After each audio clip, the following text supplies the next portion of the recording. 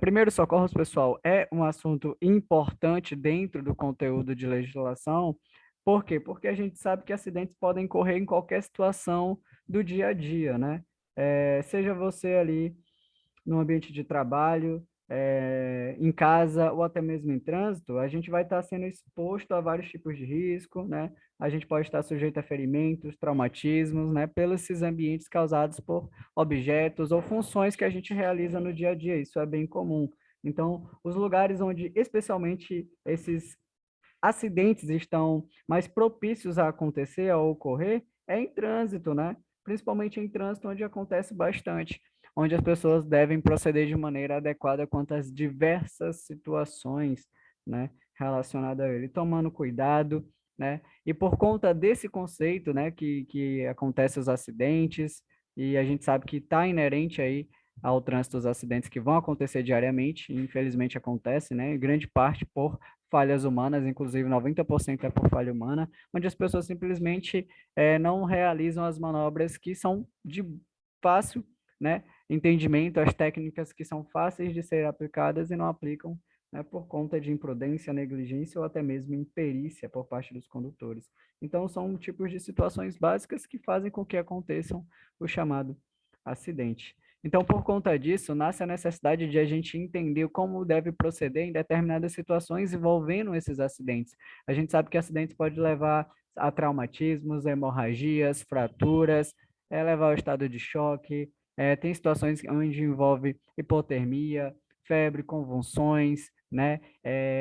Parada respiratória, parada cardiorrespiratória, enfim, são vários tipos de situações onde a gente tem que estar atento, entender os sinais e entender o que eu posso fazer pelaquela vítima, mesmo que eu não seja ali um condutor, né, que seja da área da saúde, eu sou um especialista da saúde, então, inclusive, mesmo para você ser um socorrista, não precisa ser da área da saúde, né, então a gente vai ver ali características dos socorristas, claro que aquele socorrista que não era da área da saúde, ele vai limitar-se a fazer somente o que está ao seu alcance, dentro dos seus conhecimentos e o que dispõe ali, né, mediante a situação, para que ele possa realmente ajudar a vítima da melhor maneira possível, né, você não faz nada além do seu alcance e faz tudo ali somente dentro do teu conhecimento. Você não vai ali tentar inovar perante a situação quando você não tem conhecimento sobre o que fazer de fato, né, para ajudar uma vítima.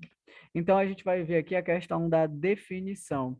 Então, o que é primeiros socorros? Então, são providências iniciais, né? A gente está vendo aqui essas informações.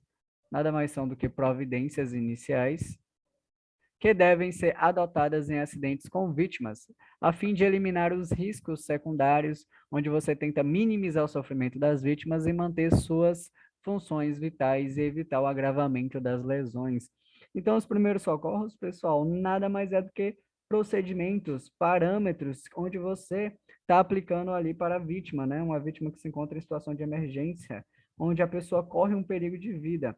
Então, a finalidade do primeiro socorros é sempre manter os sinais da vítima em, né, funcionamento, o máximo que você conseguir fazer por ela, para que você evite o agravamento do estado que ela possa estar se encontrando, ou até que ela consiga, de fato, receber uma assistência adequada, né, que vem aí de um determinado local.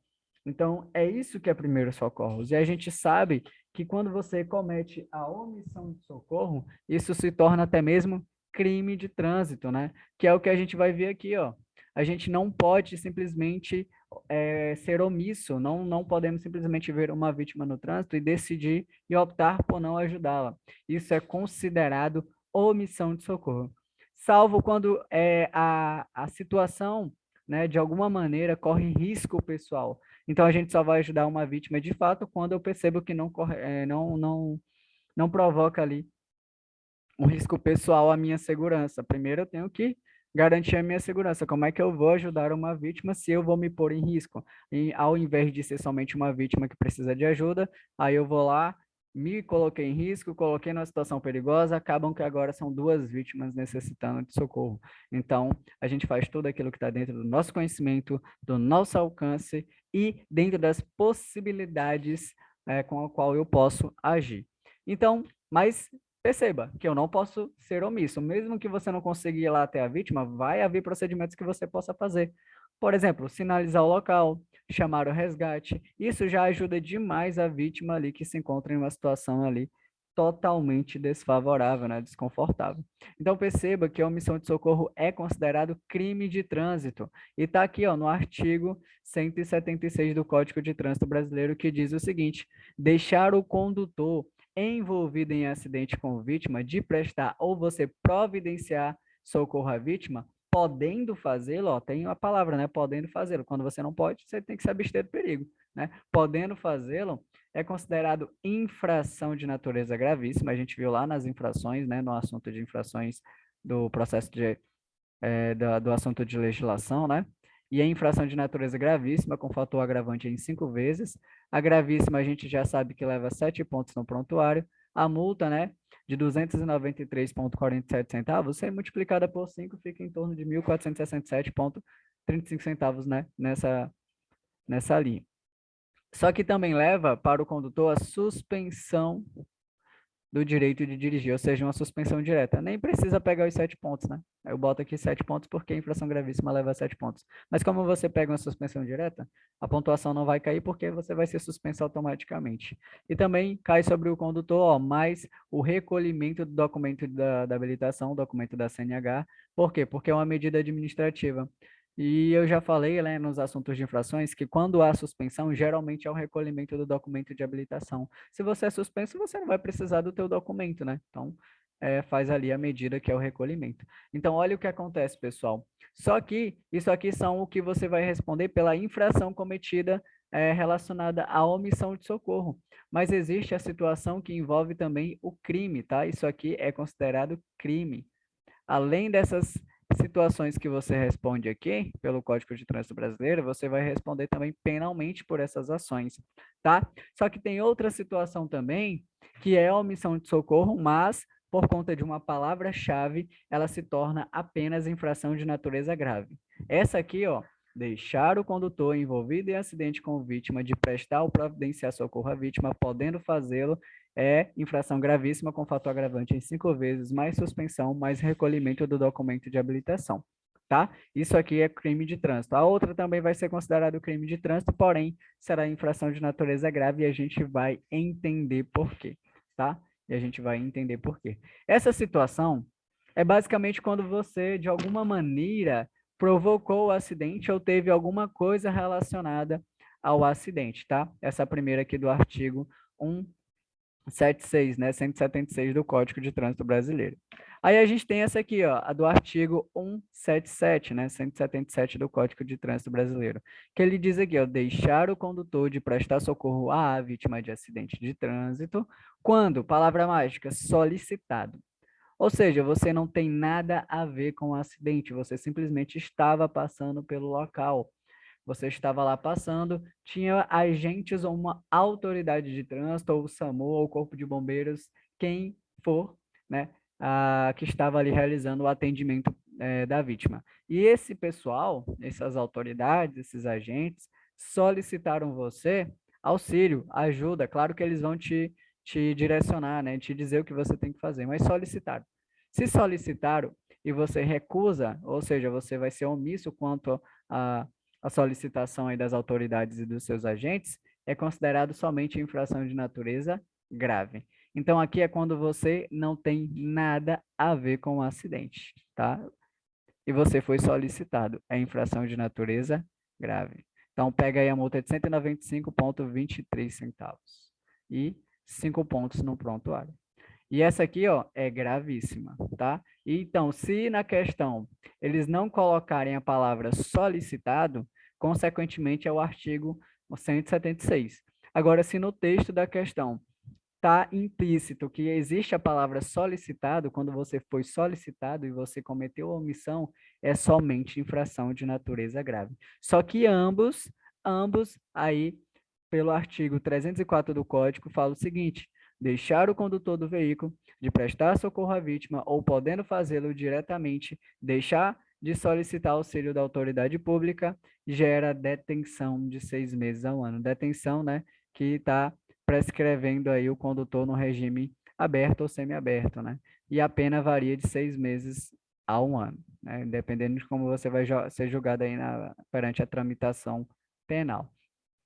Beleza, uma é gravíssima e a outra é grave. Quando é que vai ser grave? Quando houver a palavra mágica, ó, solicitado. Só que ambas as situações, se você for omisso, tanto do artigo 176 e 177, você cometer essa omissão de socorro, ou seja, decidir não ajudar a vítima, vai ser considerado crime de trânsito, tá? A diferença é que a multa vai ser gravíssima, a outra vai ser grave e as outras penalidades diferem, né? A questão do valor pecuniário da multa difere, a questão da pontuação. Essa aqui se torna bem mais, né, impactante do que quando você é solicitado. Porém, ambas vão sim ser julgadas e levando o condutor a ser detido de 6 meses ao ano ou, dependendo do juiz, né, deliberar sobre a pena e prescrever serviço comunitário relacionado a situações que trabalham com resgate, pronto-socorro, tudo que está relacionado a vítimas de trânsito, né? Prescrever ali para que ele possa substituir a pena privativa de liberdade, né, pela pena restritiva de direitos, ou seja, prestar serviços à comunidade ali relacionados ao trânsito. Tá bom? Isso aqui é importante. Quando é que vai ser infração somente grave? Quando eu, professor, for solicitado. Então, é alguém te solicitou ajuda. Esse alguém tem que ser uma autoridade e agente, tem que ser alguém responsável que tem, claro, autonomia para tal. Se você não foi solicitado, e você comete omissão, é gravíssima. É gravíssima, ó, agravado em 5, leva suspensão mais recolhimento do documento. Só que ambas as situações, tanto o artigo 176 quanto 177, você cometendo omissão, leva a essa situação aqui, ó, que é o quê? A detenção, certo? Que é considerado crime de trânsito. Tranquilo. Isso aqui é importante, isso aqui costuma cair muito relacionado a primeiros socorros. Vamos ver umas coisas importantes. E o socorrista? Quais são as características que ele deve ter? Como ele deve ser? Bom, ele deve ser da seguinte maneira. Não, primeiramente, não precisa ser da área da saúde. Tem questões que vão brincar com esse tipo de situação. Vai dizer, o socorrista ideal, ele é da área da saúde, ou ele necessita ser da área da saúde. Não, tá? Isso é errado. Você não precisa ser da área da saúde para poder ajudar uma vítima, tá? Ajudar, pessoal, não é só, muitas vezes, não é só chamar o resgate, não. Às vezes você pode ir lá, verificar a vítima se ela responde, né? Se ela está inconsciente, se ela responde a estímulos ao toque, né? Dependendo do tipo de situação que ela se encontra. Isso é ajudar mais, né, do que apenas só sinalizar e chamar o resgate. Isso é fazer bem mais pela vítima do que só isso. Mas quando houver perigo, o máximo que você pode fazer pela vítima é sinalizar e chamar o resgate. Claro que a gente vai ver tudo isso aí no decorrer das aulas tranquilamente. Então, primeira coisa, eu sei que eu não preciso ser da área da saúde. Só que, como eu não sou da área da saúde, eu vou limitar-se a somente fazer aquilo que eu sei dentro dos meus conhecimentos e dentro das possibilidades que eu tenho. Eu não vou tentar inovar, artificiosamente, tentar usar procedimentos que eu nem sei se funcionam, né? Então, vou manter a calma ali e vou ajudar da maneira que eu puder ajudar, né? Até aí, tudo bem. Bom, eu devo ser calmo e solidário, né? Por que deve ser calmo? Porque em questões de acidente, quando você não está habituado a ver acidente, geralmente você entra em pânico. E entrar em pânico não é legal, não é eficiente, até porque você em pânico não vai conseguir raciocinar, não vai conseguir ser sensato, não vai conseguir pensar para ajudar uma pessoa, uma vítima de trânsito, tá? Então você tem que manter a calma, pensar, respirar e tentar ver quais são as possibilidades que está à sua volta para ajudar a vítima. Nunca cometer omissão, senão você vai estar cometendo crime. Se você for pego aí por conta das investigações, mesmo que você deixe o local do acidente, aí ainda pode ser julgado e ainda pode piorar a situação quando você foge da responsabilidade.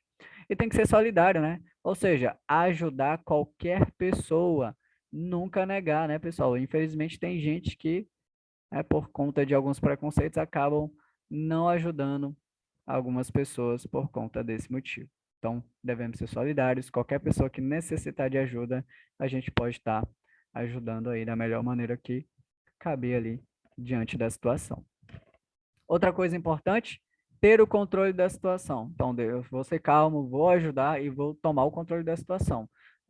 Muitas vezes você pode ter ali o papel de liderança, diga um para sinalizar, fale para o outro quando você está com mais pessoas para ligar para o resgate, enquanto você fica ali atendendo a vítima, vê ali quem tem mais conhecimentos relacionados a primeiros socorros, o que podemos fazer por ela, o que não vamos fazer, né? Tem que agir com total controle da situação e não de forma alguma agindo com impulsividade. Quando se trata de acidente, muitas pessoas veem em mente a primeira ação é pegar a pessoa, jogar no primeiro carro que vem e levar o mais rápido possível para um hospital. Esse é um procedimento que pode agravar a situação da vítima, dependendo do estado que ela se encontra. Ela pode estar com hemorragia, né? Ela pode estar com fraturas, e dependendo do tipo de situação, a imobilização tem que ser feita de maneira muito minuciosa, muito adequada, senão você vai agravar ainda mais o estado, né?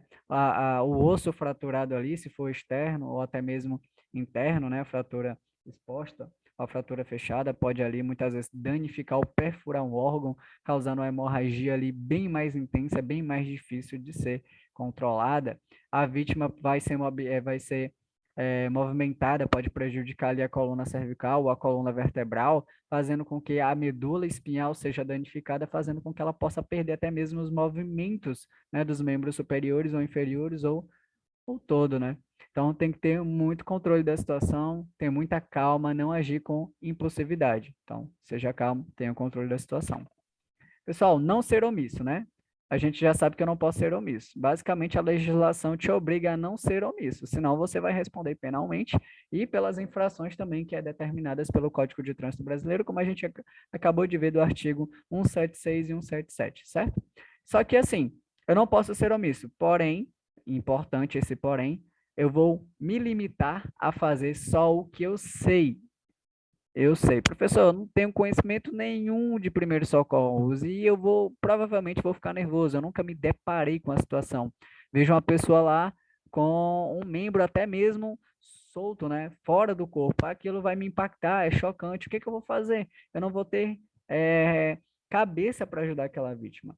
Aí é que você tem que tomar o controle da situação e tentar manter a calma e pensar. Bom, eu não consigo fazer nada por aquela vítima tocando nela ou tentando viabilizar o sofrimento que ela se encontra. Mas, por favor, sinalize o local, chama o resgate, tenta manter a vítima é, tranquila, tente acalmar ou procure nas imediações ou próximas pessoas, peça ajuda de outras pessoas para que outras pessoas possam estar em condições mais adequadas de poder ajudar a vítima. O que eu nunca posso ser é omisso, só que também não vou fazer nada além do meu alcance, tá? Só faço tudo que está dentro do meu conhecimento, certo? Outra característica do socorrista é não agir sob risco à sua própria segurança.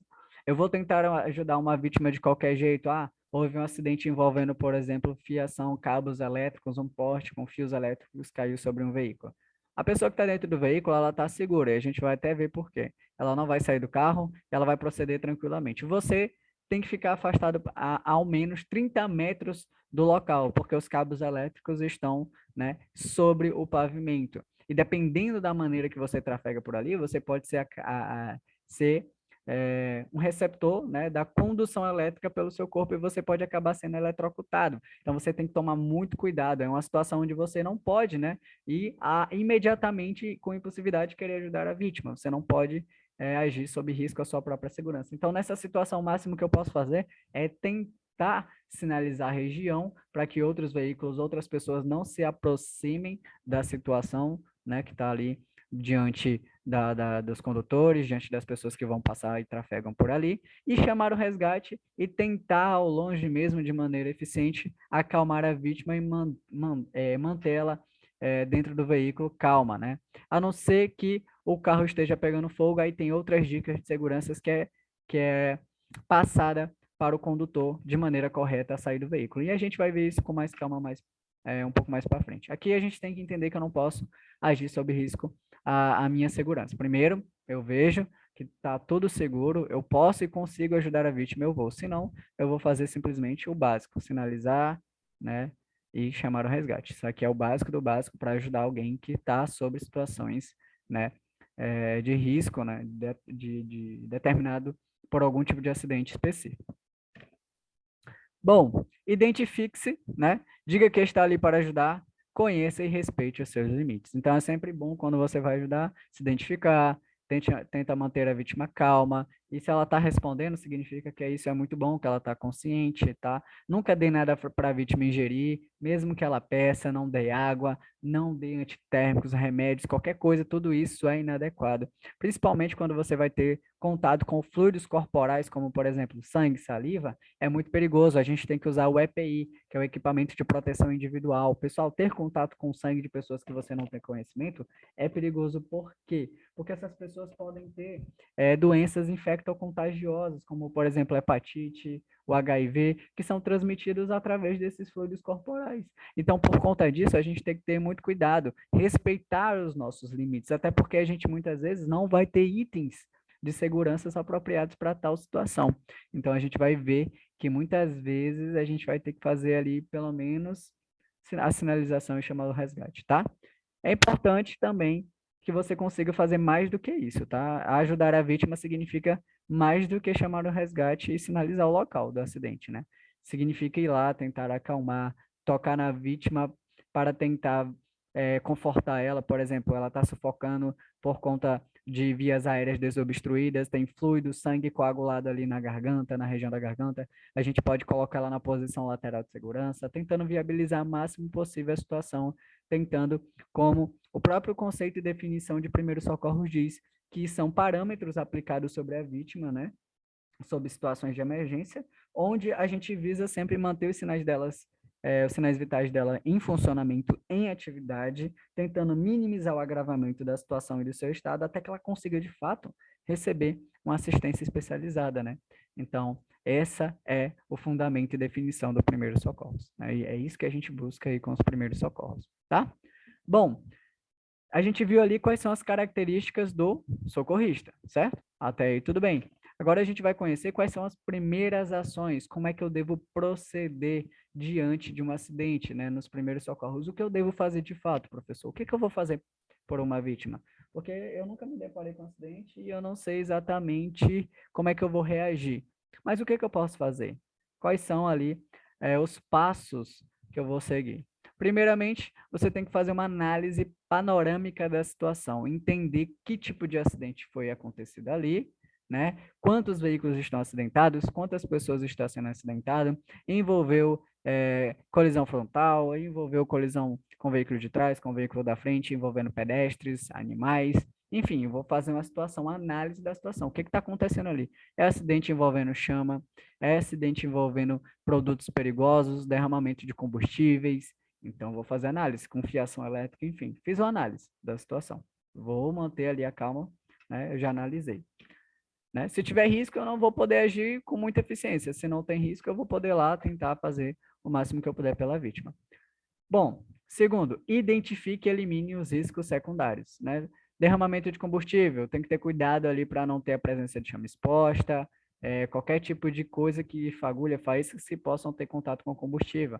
É importante até mesmo na imediação jogar areia sobre pó, qualquer tipo de material ali nas imediações que possam absorver aquele combustível, um material corrosivo que esteja disperso ali, né, dependendo do tipo de acidente, né? Que são situações hipotéticas. A gente sabe que são inúmeros tipos de acidentes que podem acontecer, né? De várias maneiras. Então, a gente vai identificar e eliminar os riscos secundários, tá bom?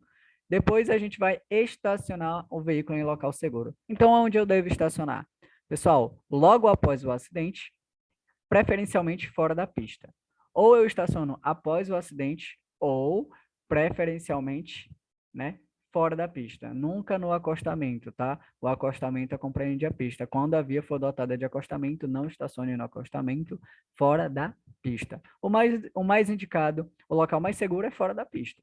Se não tem ali acostamento, não tem ali um local adequado para você parar o veículo, né? Não tem como parar fora da pista, é após o acidente de maneira segura. Estacionei, o que é que eu vou fazer? Vou sinalizar o local. Sobre a sinalização, a gente sabe que o CTB, o Código de Trânsito Brasileiro, recomenda-se que do ponto do acidente, ó, o ponto X aqui do acidente, recomenda-se uma distância de no mínimo 30 metros. No mínimo 30 metros. Recomenda-se isso aí.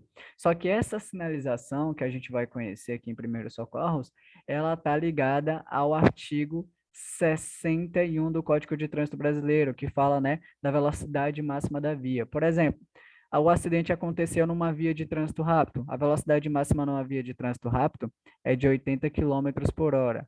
Então, eu vou sinalizar, né, aqui, ó, o ponto X do acidente. Eu vou sinalizar após o ponto X e contar pela quantidade de quilômetros da pista, da velocidade máxima dela, 80 passos longos, ó. 1, 2, 3, 4, aí eu vou contar 80 passos longos até dar a quantidade correta. Se eu contei aí e não deu exatamente 30 metros, eu avanço mais um pouco. É no mínimo 30 metros. Se passou de 30 metros, também é eficiente, tá? A sinalização tem que ser conforme, né, a velocidade máxima permitida da via. Então, dependendo da via, é quantos passos eu vou dar. E quando está sob situação adversa, essa contagem dos passos, ela dobra. Por exemplo, estava chovendo, estava de noite, então vai dobrar. Então, não é mais 80 passos longos, será 160 passos longos, tá? 160 passos longos. Sob situação adversa, a quantidade de passos dobras. Inclusive, pessoal, se quando eu estava contando, eu me aproximar de uma curva, eu paro a contagem, eu caminho todo o trajeto da curva, tá? E pegando a reta novamente, eu retomo a contagem. Tem questões que diz que o certo é começar do zero, retomar a contagem do zero, ou iniciar a contagem novamente da onde você havia parado. O grande porém aqui é que não tem um consenso qual é o correto. É iniciar a contagem do zero ou recomeçar da onde havia parado. Em questões é mais comum cair, né? Quando você passa por uma curva, você tem que parar a contagem. Quando você passou toda a extensão da curva e pegou uma reta novamente, é reiniciar a contagem a partir do momento que você tinha parado. Né? Aqui você contou, 25, 26, 27. Chegou na curva, continua, 28, 29, né? Passos longos e assim sucessivamente pela quantidade de passos que você tem que dar, tá? Mas não há um consenso. Pessoal, infelizmente tem questões que vão brincar com essa situação, fazendo com que o aluno propositalmente erre isso aí. Tem questões que diz que o certo é reiniciar a contagem do zero. Infelizmente funciona dessa forma, não tem um consenso sobre isso. Ou reiniciar da onde você havia parado. Então, fique atento a isso aí. Geralmente cai mais sobre reiniciar aonde havia parado, tá bom? Não começar do zero, mas reiniciar da onde havia parado a contagem, quando se aproxima ali de uma extensão da curva. A gente vai ver isso bonitinho adiante. Depois de sinalizar o local com o triângulo de segurança, qualquer objeto que eu achei ali na imediação que propusesse a sinalização, eu vou chamar o socorro especializado. Quando chamar o socorro especializado, pessoal, esteja pronto para passar informações totalmente relevantes sobre o acontecido, como, por exemplo, o tipo de acidente, quantos veículos envolvidos, quantas pessoas envolvidas, o local exato, confirmação local, referências, pontos de referências. Por quê? Porque você avisando com antecedência tudo que é informação relevante, o resgate, ele pode se preparar melhor para o atendimento. Por exemplo, são 5 vítimas, ele vai trazer materiais para 5 vítimas, e você diz a vítima, uma está com hemorragia, outra está com fratura, então uma está com parada respiratória, né? Então, eles vão trazer equipamentos adequados para atender aquela situação, né? E além disso, e vão trazer equipamento suficiente para todos. São 3 veículos envolvidos, vai vir mais veículos para atender ali as pessoas. Então, por isso que quando você chama o resgate, você tem que passar informações totalmente relevantes, tá? Tem questões que vai dizer que você tem que passar o número de telefone da vítima, o endereço da vítima, isso é totalmente, né, desnecessário. Esse tipo de informação não é relevante para, né, quando você está acionando o resgate, né? O atendimento de urgência aí. Outra coisa, pessoal, os primeiros 5 minutos que você vai, né, atender e ajudar a vítima são de vital importância para elas, né, para as vítimas. Então, não podemos perder tempo, temos que agir rápido, claro, racionalmente, com sensatez, não com impulsividade, agir rápido dentro da racionalidade, sabendo o que eu tenho que fazer, né, e não indo além do que eu não sei, né? E claro, mantendo-se em segurança, né, ficando atento a tudo o que está acontecendo. Então, como é que eu devo proceder nas primeiras ações? Primeiro, fazer uma análise panorâmica da situação, entender o que está acontecendo, identificar e eliminar os riscos secundários, tanto para você quanto para os outros condutores ou para os condutores que estão envolvidos no acidente. Estacione o veículo em local seguro após o acidente ou fora da pista, preferencialmente fora da pista, sinalize o local também e chame o socorro especializado, certo? Então, esses primeiros 5 minutos que você vai agir é importante, muito vital para a vítima, para você não perder tempo e para que ela possa conseguir receber o atendimento especializado da maneira mais eficiente, mais rápida possível. Bom, se tem o que fazer, tem também o que não fazer, o que não devo fazer, tá? São situações que muitos condutores cometem ou pessoas ali diante de um acidente que podem piorar a situação, como, por exemplo, abandonar a vítima de acidente, omissão de socorro. Sua ajuda poderia ser de total e vital importância para a mesma, poderia salvar a vida da vítima, mas você simplesmente optou por não ajudar, abandonou, cometeu omissão. Isso, além de ser crime de trânsito, né, é uma atitude aí que não trabalha a solidariedade, né? Então, abandonar a vítima, eu não posso estar fazendo isso. Omissão de socorro, sobre o pretexto de não testemunhar. Tem gente que não tem nada a ver com o acidente, mas muitas vezes não quer ajudar porque não quer participar, não quer testemunhar, não quer falar nada sobre o ocorrido. Simplesmente vai embora. E se for pego, se for necessário ali a presença da pessoa para testemunhar, para falar alguma coisa a respeito, ou as investigações levou a essa pessoa, né, de alguma maneira, ela vai responder também sobre crime de trânsito. Tumultuar o local do acidente é comum, principalmente em acidentes envolvendo municípios, né?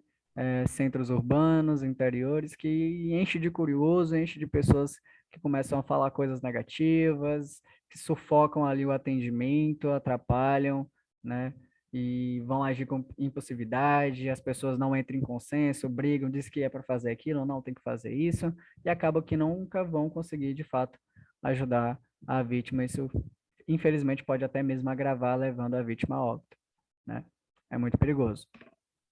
Deixar de colaborar com as autoridades competentes, né? Sempre que for solicitado, ajude, colabore, testemunhe, passe as informações verídicas dos fatos que você presenciou, viu, né? Para que eles possam fazer uma análise da situação de fato e entender o que foi que aconteceu ali, né, naquele acidente. Se teve alguém que contribuiu para tal, cometeu infração que levou a tal situação.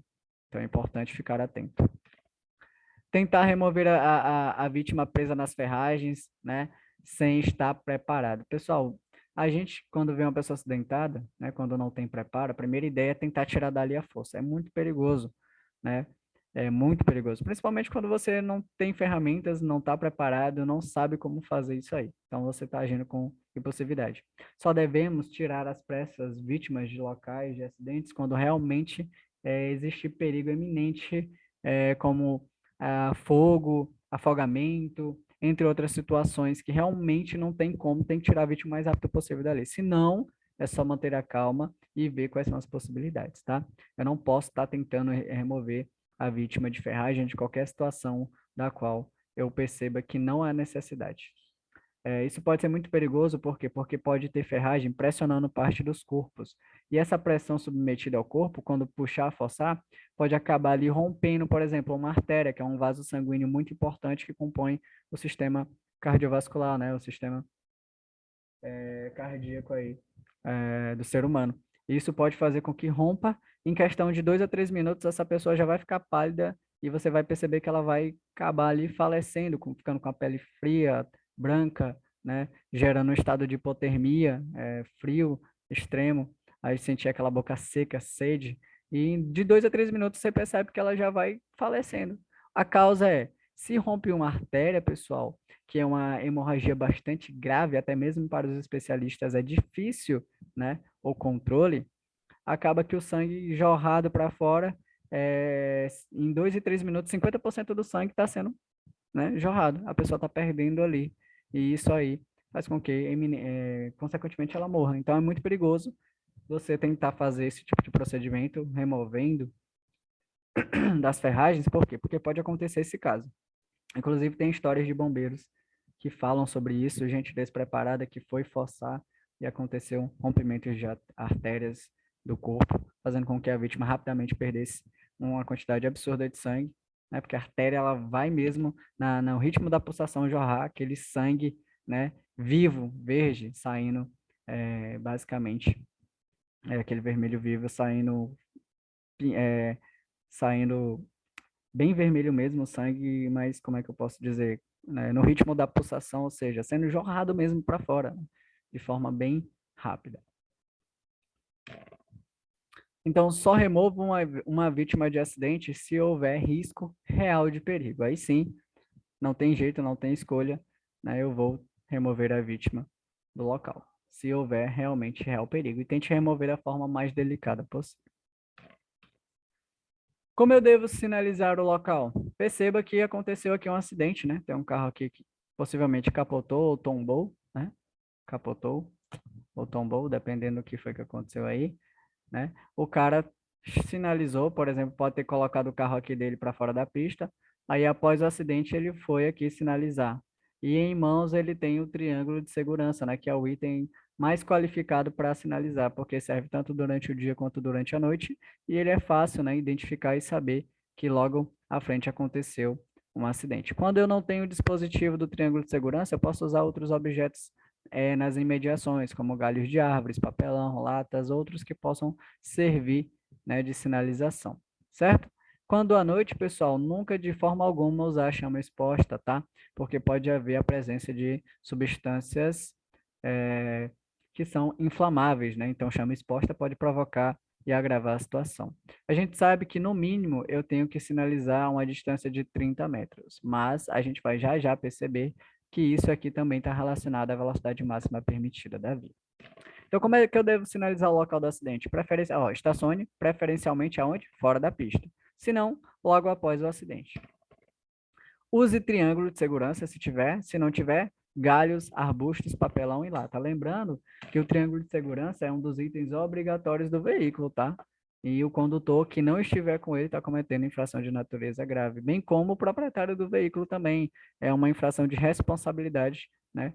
Aí para ambos, é uma responsabilidade solidária, ambos vão ter que responder, porque tudo que está relacionado à boa conservação do veículo é mediante a proprietário, mas o condutor também trafegando sem os itens obrigatórios, a infração de natureza grave, né? Então, tem que tomar cuidado com isso. Então, triângulo de segurança, eu não tenho, não estava comigo. Sinaliza com galho de árvores, arbustos, papelão, lata, tudo que você conseguir encontrar na imediação para fazer a sinalização. Tá? Professor, como é que eu sinalizo? Qual é a quantidade de distância? No mínimo 30 metros, né? Eu sei que é no mínimo 30 metros, né? Até aí tudo bem, no mínimo 30 metros. Só que assim, o tipo da via também vai determinar a quantidade de passos que eu tenho que dar distantemente da situação. Por exemplo, todas essas vias aqui, ó, essas três, está relacionado às vias urbanas, né? As vias urbanas. E essa aqui é uma via rural. Essa aqui é uma via rural, que é a rodovia, que é uma via rural que contém pavimento, ou seja, pavimentada. Então, o que é que eu vou perceber? Que as vias terrestres é classificada em duas, né? A gente já viu isso aí. São vias rurais, né? Vias rurais, que são estrada e rodovia. E tem as vias urbanas, né? Urbanas, que são trânsito rápido, aí tem arterial, coletora e local. Cada uma vai ter ali a sua velocidade máxima permitida prescrita pelo artigo 61 do Código de Trânsito Brasileiro. Até aí tudo bem. A coletora, por exemplo, qual é a velocidade máxima permitida nela? 40 km por hora.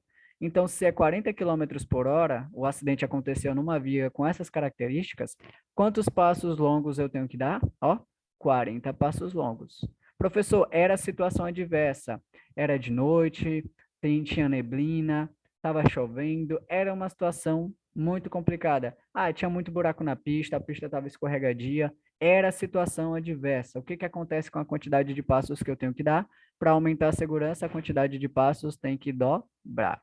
Ó, se era 40, multiplica por 2, 80 passos longos. Professor, o acidente aconteceu numa via arterial. Qual é a velocidade máxima de uma via arterial? 60 km por hora. Qual é a quantidade de passos que eu tenho que dar? 60 passos longos. Era a situação adversa, dobrei, foi para 120. Olha aí como está relacionado. Trânsito rápido, a velocidade máxima é de quanto? É de 80 quilômetros por hora. Quantos passos longos eu vou ter que dar? 80 passos longos. Professor, era a situação adversa, né? Se era a situação adversa, eu tenho que dobrar a distância, né, da quantidade de passos, ou seja, agora será 160. Rodovia, uma via rural pavimentada, 110 quilômetros quando pista dupla, né? Pista em sentido duplo. Essa velocidade de 110 é para caminhoneta, motocicletas e automóveis, tá? Caminhoneta, motocicletas e automóveis, para esses três. Para os demais que não são nem automóveis, nem motocicletas e nem a caminhoneta, a velocidade, tanto pista simples quanto pista dupla numa rodovia é 90 quilômetros, tá? Os demais é 90. 110 é pista dupla para automóveis, caminhonetas e motocicletas. E pista simples é, no único sentido, 100 quilômetros. Bom, aqui ele disse que era 110 a velocidade da via, né? 110. Então, quantos passos eu tenho que dar? 110. 110 passos longos. Professor, situação adversa? 220 passos longos. Então, perceba que funciona nesse modo. É? Então, a gente percebe que essa quantidade de passos vai ultrapassar muitas vezes os 30 metros. Eu sei que eu só tenho que entender que a sinalização, no mínimo, tem que ser a 30 metros de distância, no mínimo. Mas eu vou sempre fazendo a quantidade de passos, tá bom? Vai pela quantidade de passos que está referente ao tipo de via que você se encontra onde houve, de fato, o acidente. Beleza?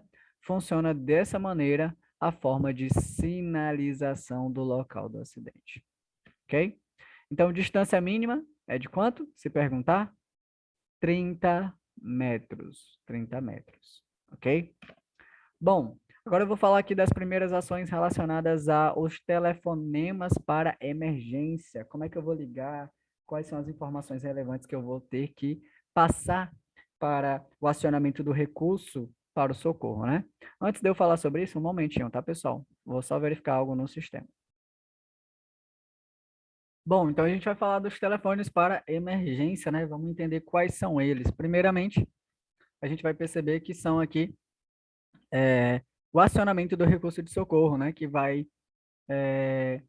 ser acionado para que eles possam atender a vítima ali mediante a situação que ele se encontra. Então, perceba o seguinte. O primeiro telefone que apareceu agora foi o 190, todo mundo conhece, que é da PM, né? Da Polícia Militar. Isso pode ser acionado, eles podem ser acionados quando em vias urbanas e rodovias estaduais, né? Então, eles atendem essa situação. Então, quando é que eu posso estar ligando para a PM, para a Polícia Militar? Em qual caso? Bom, a PM, ela se torna eficiente o acionamento dela para atender uma emergência quando em locais e serviços que não dispõe, por exemplo, não dispõe na região não dispõe do atendimento do SAMU, não dispõe do atendimento, por exemplo, do Corpo de Bombeiros ou de outra assistência qualquer. Então, quando não tem, podemos estar ligando para o 190 porque eles têm treinamento, eles vão saber trabalhar a situação de melhor forma, né? Melhor mesmo que outro condutor que não seja aí caracterizado como um acionamento de recurso de socorro, certo? Então, a Polícia Militar, quando em situações de emergência, onde não tem serviços próprios de socorro, eles são eficientes aí para o chamado. Professor, o que eu preciso tirar de base daqui mesmo? É que vai ter questão que vai perguntar, qual é o número da Polícia Militar? Aí eu tenho que saber, que é o 90, certo? A gente tem também 191, que é da PRF, da Polícia Rodoviária Federal. Quando em rodovias federais, quando em rodovias e estradas no âmbito federal, eu vou chamar a PRF. Então, a PRF é muito útil para atender também essas emergências nessas regiões. E se perguntar qual é o telefone do acionamento de recurso do socorro, né, da PRF, 191. Tem que memorizar. Temos também, pessoal, 192. 192, que é do SAMU, né? A gente tem o SAMU como Serviço de Atendimento Móvel de Urgência. Professor, vai cair perguntando o que é SAMU? Vai. Então, Serviço de Atendimento Móvel de Urgência. Tem questões que perguntam o que significa a sigla do SAMU. Qual é o telefone do SAMU, pessoal? 192. 192. Então, o SAMU, ele é o mais indicado para os acionamentos de socorro. ele serve para qualquer tipo de acidente quando a região dispuser desse tipo de atendimento, né? Então, para qualquer tipo de acidente, qualquer tipo de mal súbito na via, numa via pública, numa rodovia, então ele se torna eficiente. O SAMU, ele é idealizado para que ele possa atender qualquer tipo de emergência que está relacionada à saúde. Inclusive, pessoal, acidentes de trânsito, né? Inclusive, os acidentes de trânsito. Vai trabalhar aí essas situações nas localidades próximas. Então, pode ser acionado também, até mesmo para socorrer pessoas que estão passando mal dentro de veículos. Sempre que puder e houver a necessidade, ligar aí para o serviço de atendimento móvel de urgência, que tem como telefone 192. Temos aí também 193, que é do Combom, do Corpo de Bombeiros. Quando é que eu vou acionar o recurso do Combom, do Corpo de Bombeiros? Bom, quando houver vítimas, por exemplo, presas em ferragens, qualquer perigo que identifique fogo, fumaça, faísca, vazamento de substâncias perigosas, gases, líquidos corrosivos, derramamento de combustíveis, né? Locais que são considerados instáveis, como ribanceiras, muro caídos, valas, né? Essas situações dessa natureza, o Corpo de Bombeiros são muito eficientes, tá? Então, 193 aí é muito importante acionar esse resgate. É sempre bom acionar tanto do SAMU quanto do Corpo de Bombeiros, né? Muitas vezes o SAMU vai para atender qualquer atendimento de emergência, enquanto o Corpo de Bombeiros pode tirar pessoas presas em ferragens ou outras situações potencialmente perigosas, tá? Então, são esses os telefones que a gente aciona do socorro. Tem também esse aqui, ó, que não caiu aí, mas é 198, 198. 198 é da Defesa. Vou colocar aqui pra gente. Defesa Civil, tá, pessoal? Defesa Civil. Deixa eu melhorar isso aqui. Escrever com o mouse é ruinzinho. Defesa Civil. E quando é que eu vou acionar a Defesa Civil? Bom, o 98, deixa eu melhorar esse 9 aqui também. O 98, pessoal, é um telefone da Defesa Civil que visa a questão de acidentes envolvendo produtos perigosos, né? Derramamento de substância tóxica, inflamável também pode ser, substâncias corrosivas, acidentes que envolvem substâncias perigosas, tóxicas, né? Que possam causar lesões na pele, na estrutura aí da via, onde os gases que são provenientes desses líquidos possam causar mal súbito às pessoas que estão ali nas imediações, ou até mesmo prejudicar o meio ambiente. Então, a Defesa Civil trabalha aí com essa questão dessas situações, certo? Temos também um que eu acredito que nunca vai precisar, mas pode precisar ao menos na prova teórica, né? Pode cair, que é esse aqui, ó, 156. Pode cair somente na prova teórica, mas na vida eu acredito que nunca vão precisar, que é da prefeitura, tá? Se perguntar qual é o número da prefeitura, 156 aí, ele direciona para a prefeitura que você deseja solicitar auxílio,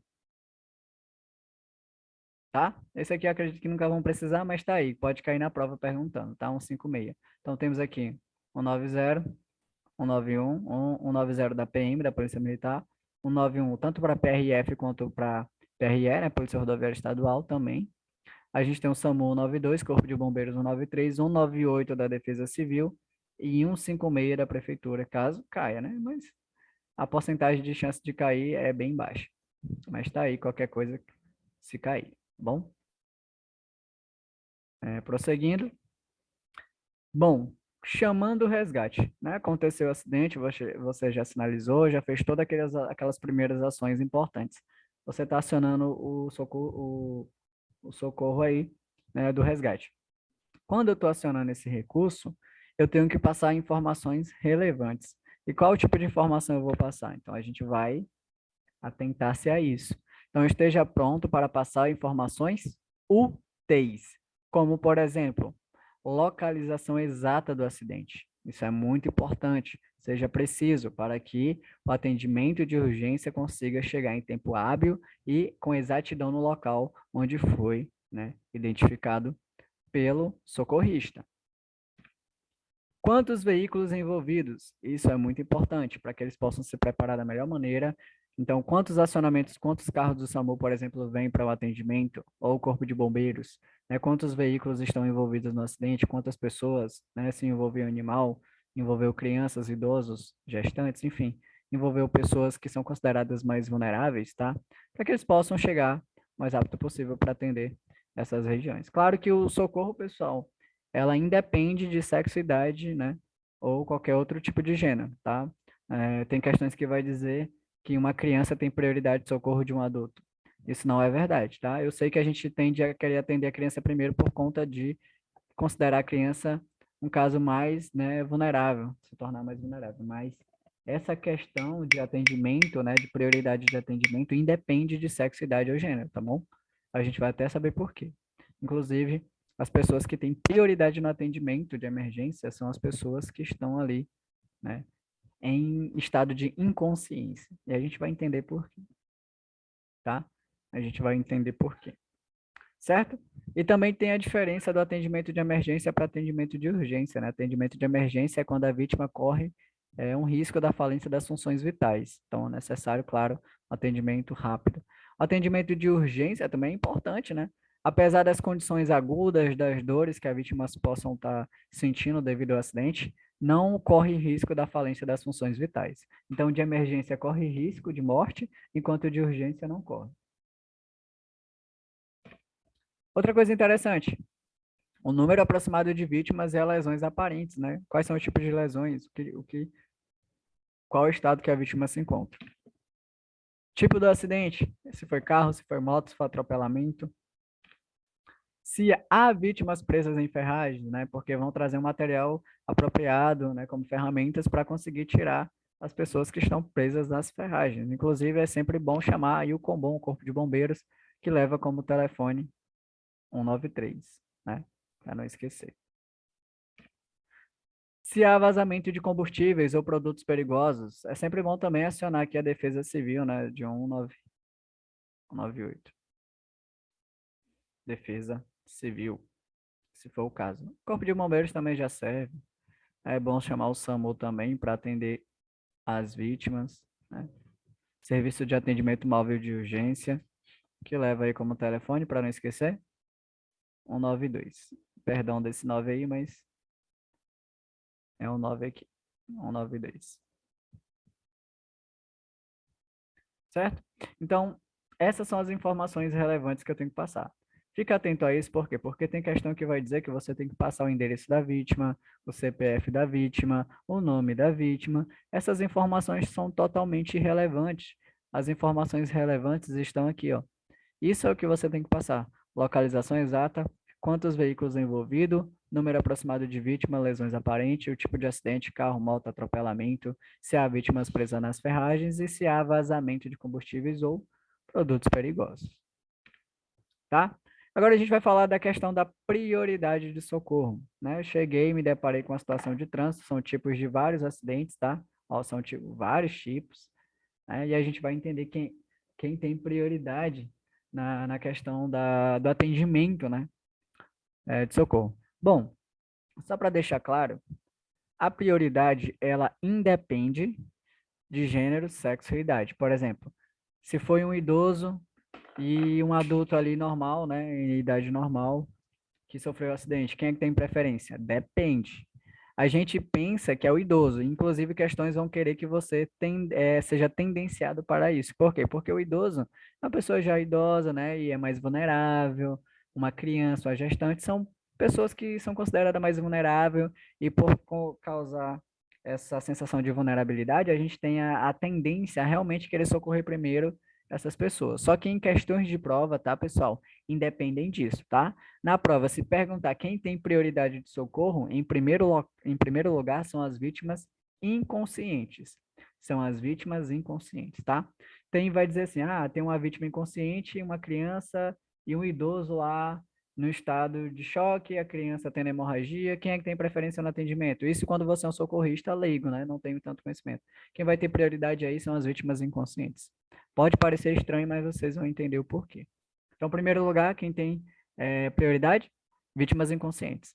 Se perguntar quem tem prioridade no atendimento de socorro, vítimas inconscientes. Não tem erro, é um ponto garantido. Então, a gente vai avaliar se a vítima responde a estímulos. Primeiramente, ver se ela responde, né, ao estímulo sonoro. Conversando com ela, se apresente, você perceba que ela consegue responder, então ela está consciente. Se não, primeiro, depois é a questão de estímulos, de sensações ao toque.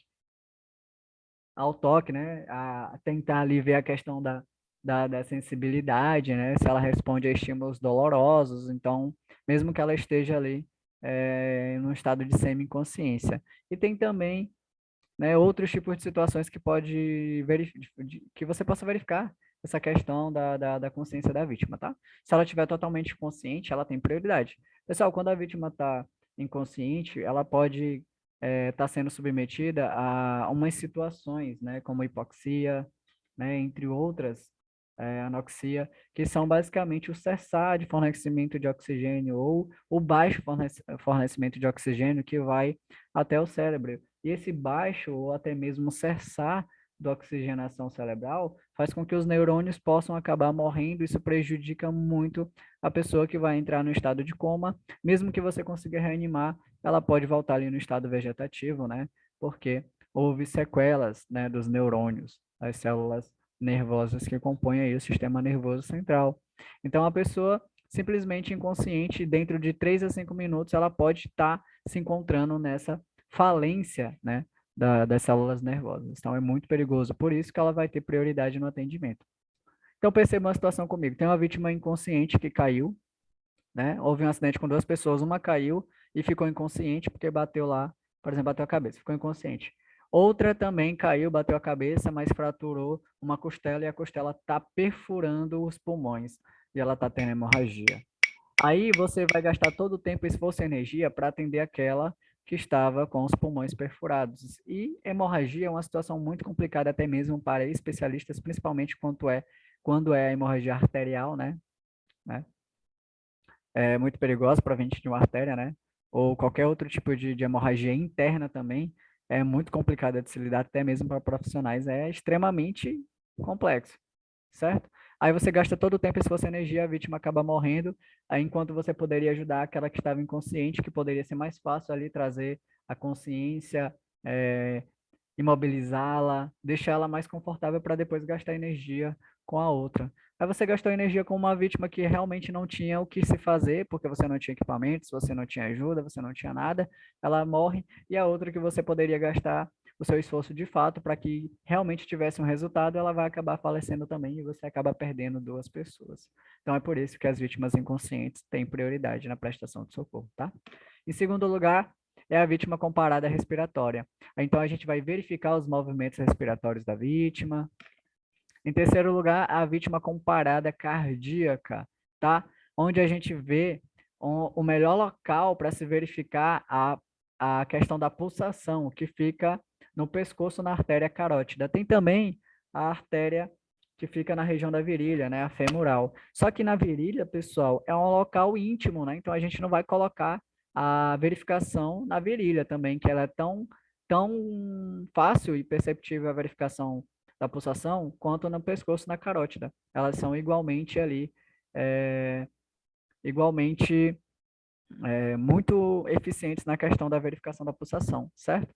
Só que, claro, a região ali da virilha é íntima, na femoral. Então, o melhor local, se perguntar qual é o melhor local para verificar a pulsação de uma vítima, vai ser no pescoço, tá? A resposta é no pescoço, que se encontra ali na artéria carótida. Inclusive, a gente vai ver isso aí usando sempre os dedos indicador e médio, nunca usar o polegar para verificar a pulsação, porque o polegar tem pulsação própria. Por incrível que pareça, tem gente que faz isso, tá? Posso verificar no próprio pulso da pessoa? Pode, mas precisamente na artéria carótida se encontra no pescoço, ela é mais eficiente para verificar a pulsação. Por isso que a gente vê pessoas colocando o dedo indicador e médio lá na artéria carótida no pescoço de vítimas que se encontram em situações debilitantes, principalmente quando se encontram na parada cardíaca. Bom, em quarto lugar, prioridade são as vítimas com hemorragia. Então, a gente vai identificar sangramentos abundantes, tá bom? Então, se perguntar quem tem prioridade na prestação de socorro, já sei que são vítimas inconscientes, tá? Se perguntar onde é o melhor local para verificar a pulsação de uma vítima, eu sei que é no pescoço ou na artéria carótida, tá bom? Carotídea também, como é conhecida. Beleza, é isso. Ó, não se estabelece, tá? Observação, não se estabelece prioridade de socorro nem por sexo, nem por idade, tá bom? Tem gente que vai colocar lá, uma grávida sofreu um acidente, ela tem prioridade de socorro, e tal, uma criança, um idoso. Não mesmo, viu?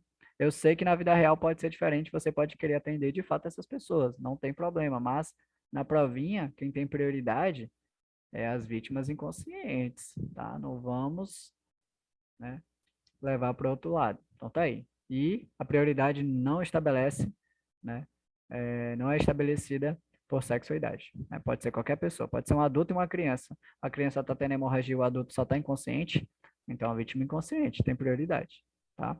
Funciona dessa maneira. Bom, a gente vai falar um pouco agora sobre sinais vitais, né? Sinais vitais aí que são de responsabilidade de um órgão do sistema nervoso central, conhecido como bulbo, né?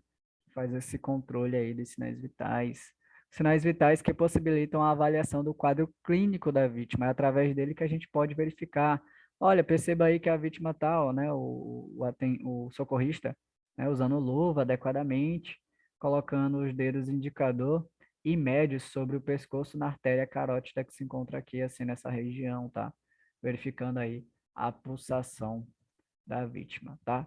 Então, a gente vai conhecer quais são os sinais vitais, caso pergunte em prova. Primeiro sinal vital aparecendo aí é a respiração. Em um adulto tem aí, pessoal, de 12 a 20 movimentos inspiratórios por minuto, né? Agora sim, essa questão desses parâmetros aqui, ó, de 12 a 20, eles dependem. Depende de que também? Depende da idade. Ou seja, eles variam de acordo com a idade. O ser humano, ele é uma máquina biológica. Isso é fato, somos uma máquina biológica. Então, o que que acontece? Quando a gente nasce, a gente está novo, saudável, o teu metabolismo, os teus sinais vitais funcionam a todo vapor. Então, numa criança recém-nascida, ou numa criança ali de 2, 3, 4 anos, ele vai ter mais movimentos respiratórios por minuto, né? Mais inspirações por minuto. Por quê? Porque o metabolismo dele ainda está acelerado, funciona a todo vapor. À medida que você vai envelhecendo, você percebe que vai ter um decaimento dos sinais vitais da vítima. Então, há essa variação conforme o tempo, conforme a idade. Então, a respiração, ela varia, né? Se for um idoso, por exemplo, ele pode ter mais inspirações porque ele tem mais dificuldade, o metabolismo ali está mais fraquinho. Então, perceba que a respiração, ela varia com a idade, tá? Isso aqui é um parâmetro só para um adulto, né? Isso aqui muitas vezes não vai ser perguntado. Ele vai perguntar sobre sinais vitais ou pode perguntar qual deles não sofre variação com a idade. A gente vai ver qual deles não sofre. Ó, pulsação. Pulsação. Qual é o melhor local para verificar a pulsação? Eu sei que é no pescoço, na artéria carótida. Tá aí tudo bem. A pulsação para um adulto, né? Geralmente é de 60 a 100 batimentos por minuto, né? A 100 batimentos por minuto. Beleza? Para um adulto. Para uma criança vai ter mais batimentos. Quando você vai envelhecendo, os batimentos também vai cair. Tá bom? Então, essa sofre variação com a idade. Ó, C sofre variação com a idade. Essa aqui também sofre variação com a idade. Outro, pressão arterial. Bom, pressão arterial, geralmente um adulto está 120 por 80, né? Isso geralmente tem que ser feito por um aparelho médico e tem que ser detectado pelo médico mesmo. A gente não vai conseguir detectar a pressão arterial de uma vítima porque a gente não vai ter o equipamento necessário, então não tem como. Isso aqui a gente sabe que é um sinal vital, entrou aqui. O que é importante saber? Que ele também sofre variação com a idade. O último aqui, ó, é o que não sofre variação com a idade, que é a temperatura corporal. Seja você uma criança recém-nascida, ou seja você um idoso aí de 100 anos, não importa a idade, a tua temperatura corporal, ela tem que estar entre 36 a 37 graus, tá? Ela tem que estar dentre essa temperatura aí, entre 36 e 37 graus. Abaixo de 33, de 36 gera hipotermia, né? A gente vai saber como procede no caso de hipotermia. Acima de 37, a gente sabe que gera febre. Então, essa última aqui, ó, é a única, ou seja, o único sinal vital que não varia conforme a idade. Inclusive, tem questão que vai perguntar isso. Qual dos sinais vitais não varia com a idade? Resposta: temperatura corporal. Temperatura corporal. A gente tem também, pessoal, pupilas, né? As pupilas também conhecida como menina dos olhos. As pupilas, pessoal, dão fortes indícios que alguma coisa no teu corpo pode estar errada. Inclusive, pessoal, o teu corpo a todo momento dá indícios, né? Você sente uma dorzinha ali, algum sistema do teu corpo começa a não funcionar direito, você apresenta uns sintomas ali, uns sinais. Então, quando alguma coisa não está certa com o teu organismo, o corpo dá indício. E as pupilas é um desses sinais vitais que mostram e dão indícios de um mau funcionamento do teu sistema, que alguma coisa está errada. Então, as pupilas, naturalmente, elas devem estar nesse estado aqui, ó, isocóricas, que são o estado normal da pupila, tá? São o estado normal. E tem a pupila no estado de miose, tem a pupila no estado de midríase, anisocóricas, e a gente vai ver isso aí claramente. Obviamente, a gente vai entender sobre essas pupilas, tá? E o que significa quando elas são mióticas, midriáticas, anisocóricas, mas o estado normal da pupila é isocóricas, tá? Isocóricas. Bom, a temperatura corpórea é o único sinal vital que não sofre variações em consequência da idade. Pronto, isso aqui eu sei. Se cair na minha prova, professor, com certeza eu vou acertar isso aqui. Não tem erro, beleza? E eu sei que a pulsação também é ali no pescoço, na artéria carótida. E essas questõezinhas que eu tanto falo, tanto fico dando ênfase, eu sei que pode cair para vocês e imagino que irá cair. Bom, a gente tem também dentro desse conteúdo que a gente chama de análise primária, secundária, tá? Análise primária, secundária também. Pode ser primária e secundária. E esse tipo de procedimento, ele está relacionado a um protocolo médico, que é o XABCDE. XABCDE. Cada um com a sua particularidade. Por exemplo, após avaliar os riscos, você vai sinalizar o local e chamar o resgate, certo? Depois você vai fazer uma análise primária e secundária das vítimas. Como é que eu faço essa análise primária e secundária? É saber o que ela tem. Se ela está tendo hemorragia, se ela houve fratura, né, que é ruptura da estrutura óssea, pode ser parcial ou total, né? Se ela está tendo convulsões, se ela está no estado de choque, o estado de choque que inclusive está sendo agravado ou por abalo emocional, ou por grandes lesões, como a própria hemorragia, pancadas, né, o estado neurológico da vítima, se ela não está com as vias aéreas obstruídas, enfim. A gente vai fazer essa verificação da análise primária e secundária da vítima. Então, vamos olhar aqui esse protocolo. O que é que diz no protocolo X? Bom, que a gente vê e trabalha com a questão de hemorragia externa grave, ó, hemorragia externa grave. A gente sabe que a hemorragia, ela é tanto externa quanto interna. A interna, pessoal, sem chance, é coisa de médico mesmo, não tem jeito. Porque se você é um socorrista leigo, não tem muito o que se fazer. Inclusive, sempre que for ter contato com o fluido corporal de uma vítima que você não conhece, ou de qualquer vítima, pessoal, use EPI, que é o equipamento de proteção individual, luva. Não tenha contato direto com o sangue. O sangue pode transmitir doenças infectocontagiosas, como, por exemplo, AIDS, HIV, hepatite, e entre outras. Então, a pessoa tem que tomar muito cuidado com o fluido corporal. Então, se você percebe que a vítima está sangrando, não adianta, não toque no sangue, não. Use uma luva ali, tá? E, por exemplo, parada respiratória. O boca a boca é um procedimento que existe, mas ele está totalmente obsoleto. Por quê? Você não pode fazer um boca a boca numa vítima que você não tem conhecimento, porque você pode ter contato direto com saliva, né? Um fluido corporal também. Isso pode fazer com que você esteja sendo submisso à transmissão dessas doenças. Então, é muito arriscado. Inclusive, o certo mesmo é usar equipamentos médicos. Porém, professor, eu não sou médico, eu não vou ter esses equipamentos. Aí vai limitar-se a fazer o que tem que fazer e o que dá para fazer mediante, né, o teu conhecimento e as possibilidades que você dispõe.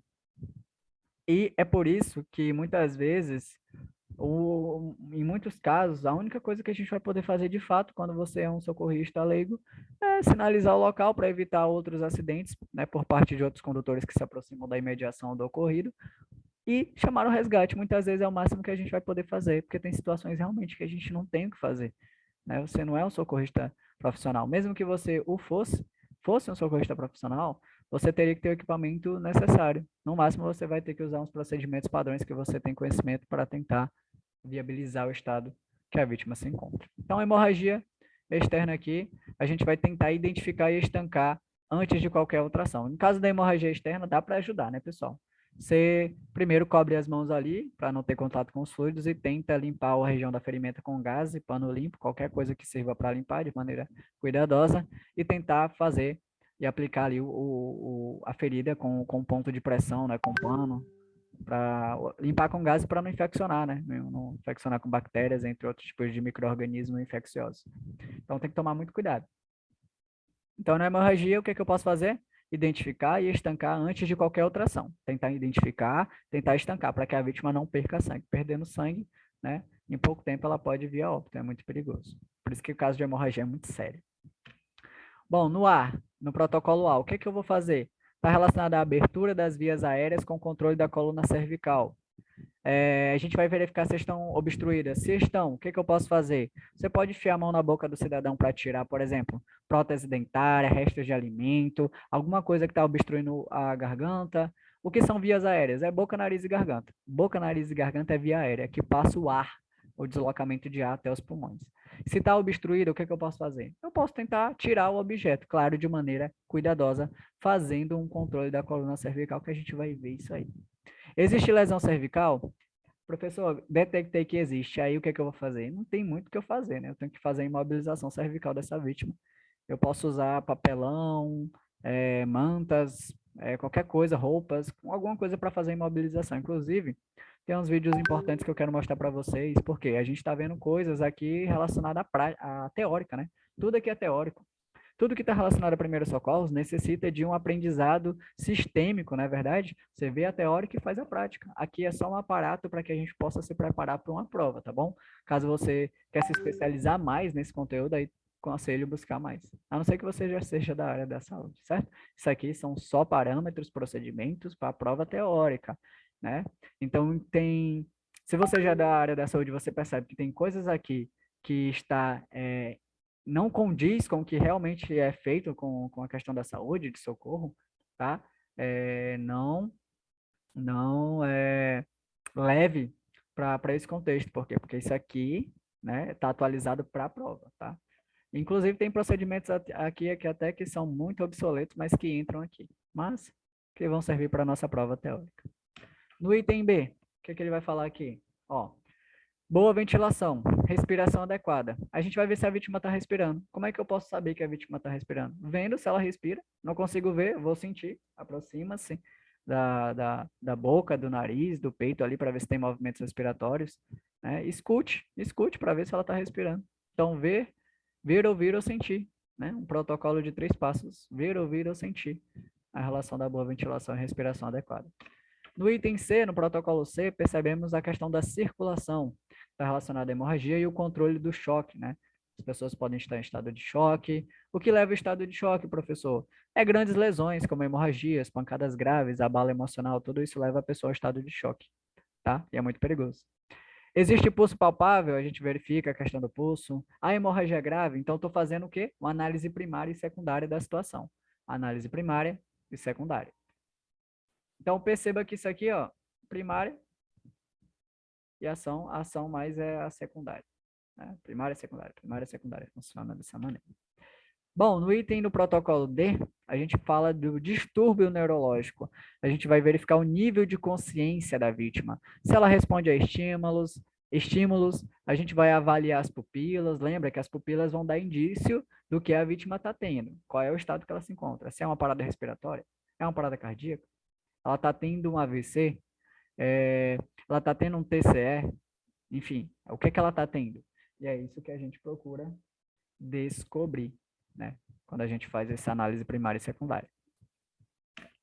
No item E, no protocolo E, a exposição e proteção da vítima. A gente vai ver se ela não foi exposta a objetos, a queimaduras, a objetos que possam estar transfixados no seu corpo, né? Então, nunca faça a remoção, enfim, e fazer a proteção da vítima, proteger ela de outras possíveis situações ou da própria lesão com qual ela se encontra. Então, buscar lesões, prevenir hipotermia, agasalhar a vítima, pessoal, é muito eficiente em vários casos, tá? A gente vai vendo isso em decorrer da aula. Bom, ainda sobre análise primária e secundária, primeiramente falamos aí das vias aéreas. Primeiramente, o que é que eu tenho que fazer?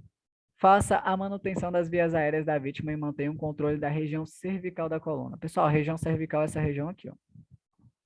Eu tenho que ter muito controle quando eu vou fazer essa movimentação. Pessoal, dependendo da pancada que essa vítima levou, eu movimentar de qualquer jeito, o corpo dessa vítima pode danificar a medula espinhal.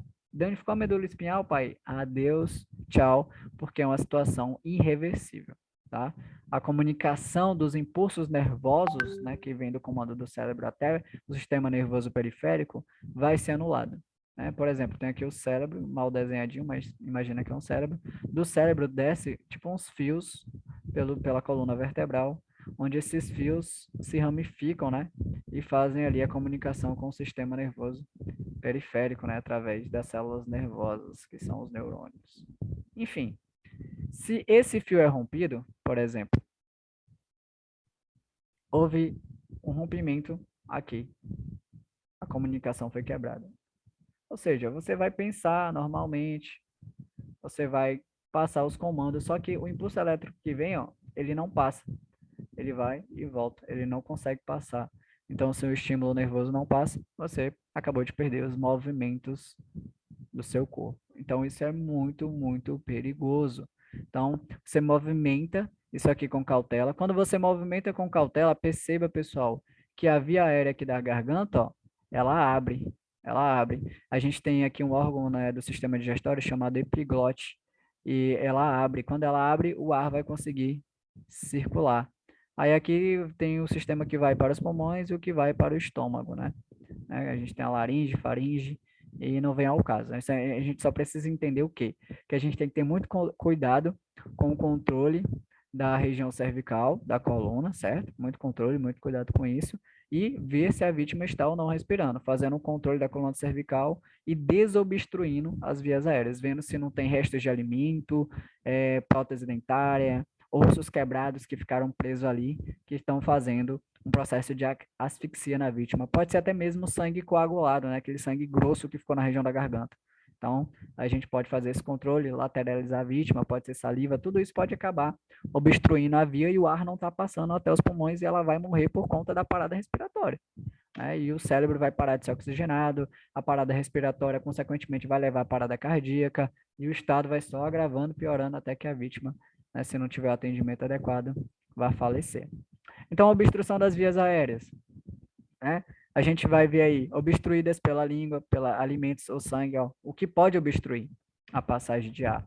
Fraturas na face, traumas cervicais, né? Tome o máximo de cuidado com a região cervical da vítima. A gente já entende por quê, né? A gente tem que tomar muito cuidado com a região cervical da vítima. Pessoal, lesões na coluna. Não preciso nem falar que lesões na coluna é muito sério, né, pessoal? Bom, dentro da coluna, a gente tem o que eu chamo de, que eu chamo não, né, que se chama de medula nervosa. Mais uma vez, são aqueles cabos telefônicos que eu falo, né? E são milhões de fios dentro do interior, tá? Que é a medula. E a medula ali se ramifica nos seus nervos, né? Que vão se ligar ali ao sistema nervoso periférico. Então, ela nasce do cérebro. A partir do cérebro que ela está sendo formada, ela já desce dali. Ela já desce. E o que que ela faz? Ela compõe o nervo que faz a comunicação e passa as informações, as ordens emitidas pelo cérebro. Então, quando você tem dano ali, pessoal, a gente já sabe, a vítima perde a sensibilidade corporal, podendo ficar paraplégica ou tetraplégica, dependendo do dano, né, de como foi esse dano e onde foi exatamente o dano. Então, controle da coluna cervical. Para diagnosticar esse tipo de lesão, para que você diagnostique, sabe se ela teve ou não, a gente vai provocar estímulos físicos na vítima. A gente vai apertar, beliscar. Tem até um toque que a gente faz aqui abaixo do diafragma, que a gente faz um aperto, né, bem forte, para ver se a vítima, mesmo inconsciente, a pele dela, no caso a face, vai franzir, né? Se ela consegue ainda sentir estímulo de dor. Então, mesmo inconsciente, ela você apertou e ela sente dor, a face vai franzir, né? Vai fazer aquela carinha de dor. Aí percebe-se que ela está inconsciente, claro, mas ela ainda não perdeu a sensibilidade e, consequentemente, ela não está totalmente consciente, ela está num estado de semiconsciência, né? Então, a gente vai testar a capacidade de mobilidade e sensibilidade. Uma coisa interessante, caso a suspeita se confirme, imobilize a região do pescoço, utilizando colar cervical. É muito importante. Professor, não tem um colar cervical padrão desse estilo. Improvise, né? Mesmo improvisado, a gente improvisa. Pega um papelão, alguma coisa, e bota uma fita ali, tenta inibir a movimentação do pescoço. Perceba, pessoal, que o pescoço ele está sempre inclinado um pouco mais para cima, tá? Ó, um pouco mais para cima. Por quê? Para a via aérea ficar desobstruída, tá? A via aérea ficar desobstruída. Então, por isso que a gente faz a inclinação aqui da coluna cervical com a cabeça um pouco mais para cima. Inclusive, o cara tá segurando aqui, ó, para manter, né, bem adequado. Vou deixar a cabeça aí muitas vezes mais baixa que o corpo. Parada respiratória. O que é a parada respiratória? Parada respiratória é o cessar do fornecimento de oxigênio aos pulmões, né? A gente sabe disso. Como é que a gente procede aí na respiração e ventilação? A gente faz a manutenção das vias aéreas, né? E depois que a gente faz, é hora de observar o quê? A respiração. Ocorre da forma e a gente vai fazer da forma mais adequada possível. A gente vê, ouviu e sentiu se a vítima estava ou não respirando. Se não, ó, ver, ouvir ou sentir. Se não, pessoal, você vai proceder adequadamente, né? Ou seja, pode fazer o boca a boca, mas eu recomendo que não. Inclusive, em prova, o boca a boca pode ser uma resposta de maneira incorreta, tá bom? Depende muito aí de como vai cair as questões, mas é um procedimento inviável, porque boca a boca faz com que você tenha, de fato, um contato com fluidos corporais, isso é perigoso para você, e a gente sabe que você tem que se abster de perigo, né? Então não pode ali ter contato com os fluidos. Ó, a respiração artificial só deve ser executada com equipamentos próprios e por pessoal treinado. Então, se você vai usar aparelhos, boca máscara, esse aqui é o boca máscara, né? Esse aqui é aquele de ventilação lá. Eu esqueci o nomezinho dele, mas fico devendo para vocês depois. E esses tipos de equipamento artificial que provém o oxigênio aos pulmões deve ser feito aí por pessoal treinado, tá? E tem que ser, né, com esses equipamentos. Bom, circulação e controle da hemorragia.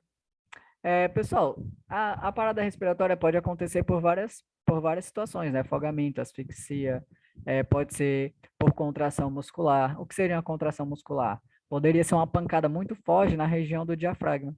O diafragma é um dos órgãos que compõem o sistema respiratório que não tem um contato direto com o ar, mas ele é responsável pela expansão da quando você inspira e expira, né?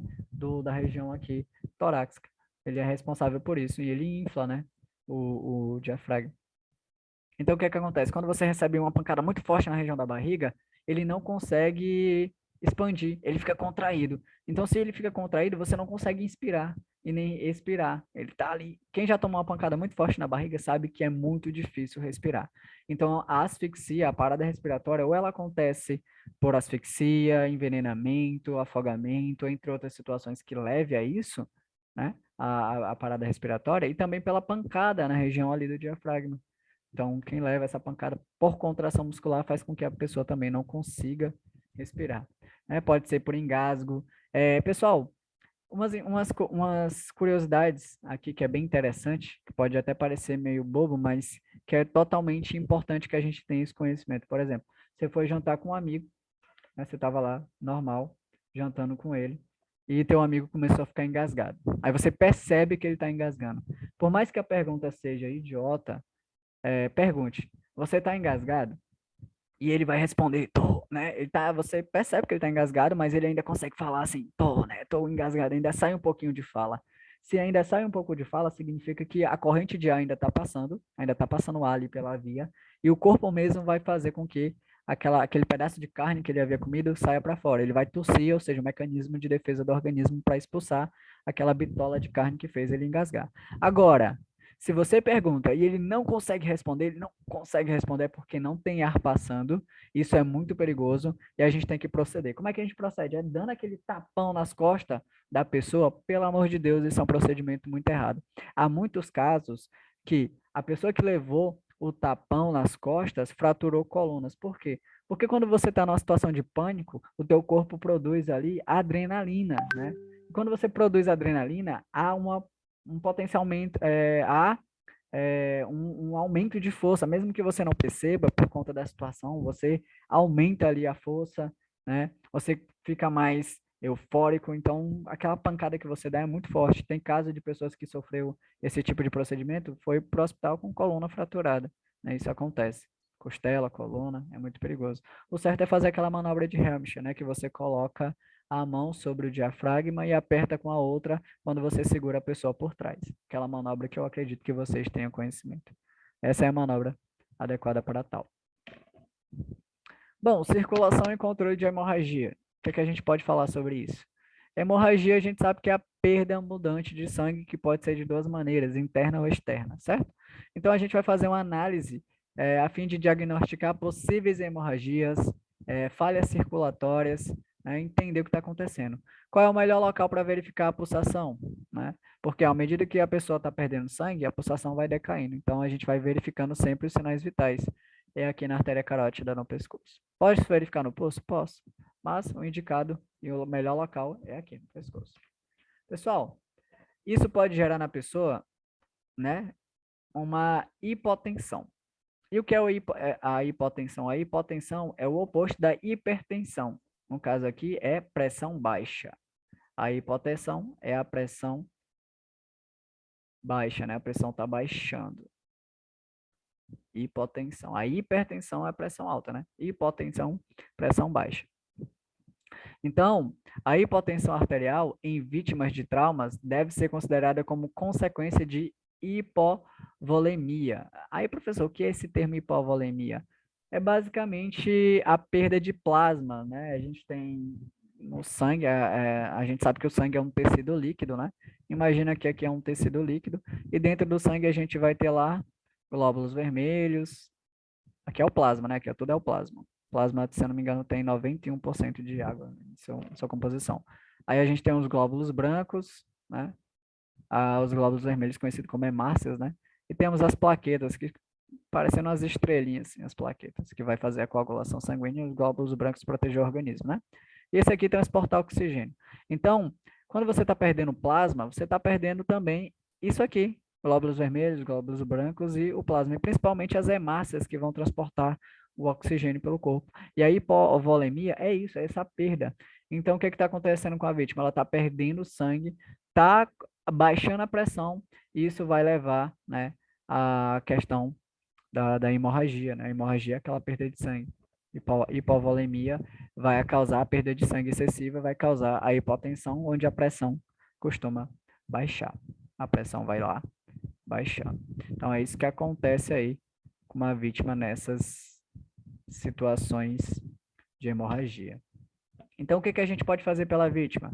Primeiramente, perceba, verificar o nível de consciência, lembrando que as vítimas inconscientes têm prioridade.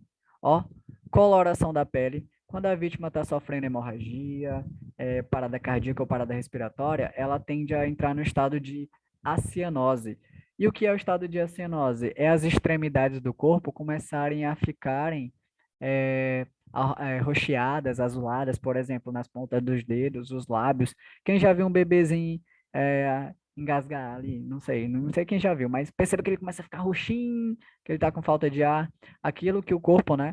O corpo sempre dá indícios. E esse estado é chamado de acianose. As extremidades do corpo começam a ficar azuladas, arroxeadas. Então, a coloração da pele dá indícios sobre essas questões. Ó, frequência e amplitude do pulso, perfusão capilar nas extremidades, pressão arterial, sudorose. O que é a sudorose, pessoal? Sudorose é basicamente o ato de suar mediante a pressão exercida pela temperatura corporal. Então, você começa ali a suar pelas mãos, né, na palma das mãos, na palma dos pés, enfim, em regiões ali onde acontece mais a questão da sudorose, tá? Que é basicamente o ato de suar, bom? Uma coisa interessante, identifique pontos de sangramentos e controle a hemorragia. Pessoal, a gente tem os chamados pontos de pressão.